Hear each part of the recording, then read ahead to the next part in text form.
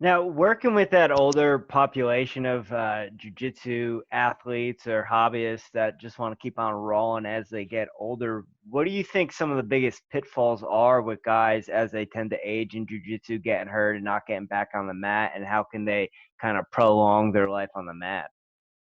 A lot of these guys started when they're older. Very few people start young and actually make it. Like I started grappling when I was 12 years old, and this is a lot of grappling. There was a few years where I was traveling a lot and I didn't get in the mats that much. So it's one thing to get a guy that's a lifelong practitioner versus a guy that just in his late 40s or 50s decided, yeah, I'd like to try this. It's a whole different game. And a lot of those guys make the same mistakes that the younger guys do, and it catches up to them faster, though. But the key is not to be so competitive, especially for the older athlete. You know, the whole competition thing is what creates the injuries and all the joint stresses. And if you can learn to just really relax and enjoy the art for what it is and not be so damn competitive and feel the urge to submit everyone and to beat everyone, that's going to go a long way to preserving your jiu-jitsu career. The other most important thing is that during the actual roll itself, not allowing yourself to be stacked up on your neck, like a pressure pass when people pass the guard. For those at home that don't know, it's kind of like being in a yoga plow with someone on top of you, squeezing your back and neck is a common position. Just learn to let go. I know so many guys that will get an omoplata or a triangle or an arm lock from the guard, and the guy will be stacking them up on their neck with all his weight, and they'll just be holding on for dear life. Man, there's so many spinal injuries as a result of that. I never allow that to happen. And I've talked to Hicks and Gracie about this. I've talked to Hiro and Gracie. I'm very good friends with him. Um, I've talked to a lot of, I talked to Horion about this. Horion's a master red belt, the oldest son of Elia. Elia was the guy that started, basically changed Japanese jiu-jitsu and Brazilian jiu-jitsu. Anyway, they all agree. Don't get stacked on your neck. Just let go. Just learn to be really comfortable on the bottom and play defense. You're not going to win when you get older. You're not going to beat guys. You've probably heard of Hiron's Boyd belt system. Have you heard of this? No. Basically, it goes like this. It all started when one of the black belts at the Gracie Academy, who was in his 50s, got bested by a young, strong blue belt. And he was feeling like, oh man, I really suck. I'm not really a black belt, you know. And he was just really beating up on himself. And they were saying, yeah, well, how much does this kid weigh? And it ends up that the guy was like 40 pounds heavier than him. And well, how old was this guy? And the guy was like 30 years younger. And Hiron and Henry came up with the Boyd. The guy's name was Boyd, one of the instructors. The Boyd belt system basically goes something like this: for every for every 20 pounds and every 10 years of age, it's like the guy has a belt.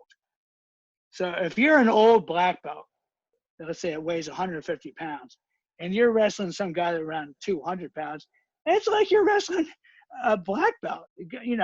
Each every 20 pounds is like the guy has a belt. Maybe not technique or knowledge, but strength, athleticism, and that. And the same thing with age. So if the guy's 20, 30 pounds heavier and 20 years younger, you're not going to be able to compete with that guy.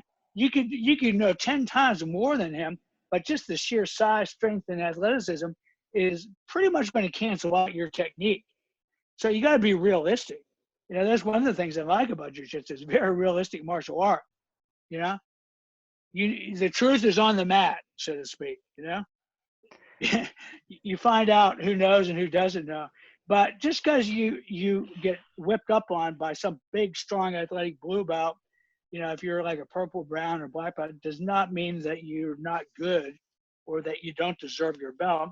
It just means you're fighting a big, strong guy, which overcomes a lot of your technique. So those are the things I would tell, older guys. Don't get stacked up. Don't be competitive. Uh, I don't really like the tournament jiu-jitsu for older guys. I just think that that's where I see the majority of the injuries.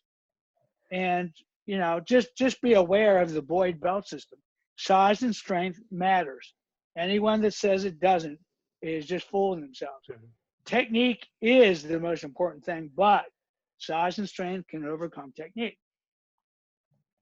Yeah, I agree with you 100% on the competition side of things. Just like you, I grew up wrestled through high school and college, and now I just kind of want to roll because I like being on the mat. But some schools kind of push it, and I'm in the same boat as you, where I'd rather not be as competitive because I know that's when I tend to get hurt when I'm pushing too hard. So speaking my language when it comes to competition for sure, coach. Well, here's the other thing too. I also have this uh, philosophy of tap early, tap often. Don't wait till it starts to hurt before you tap, man. That's a big, big, big mistake. I know some guys. I had a client, as a matter of fact, that's in his mid to late 40s, and he says, "Yeah, I really hurt my elbow, my shoulder, fighting out of an Americana." I says, "What? Fighting out of an Americana? Why did you fight out of it? Why didn't you just say, wow, okay, tap?" That it's like being thrown out at first base in softball. No big deal. Okay, I tap.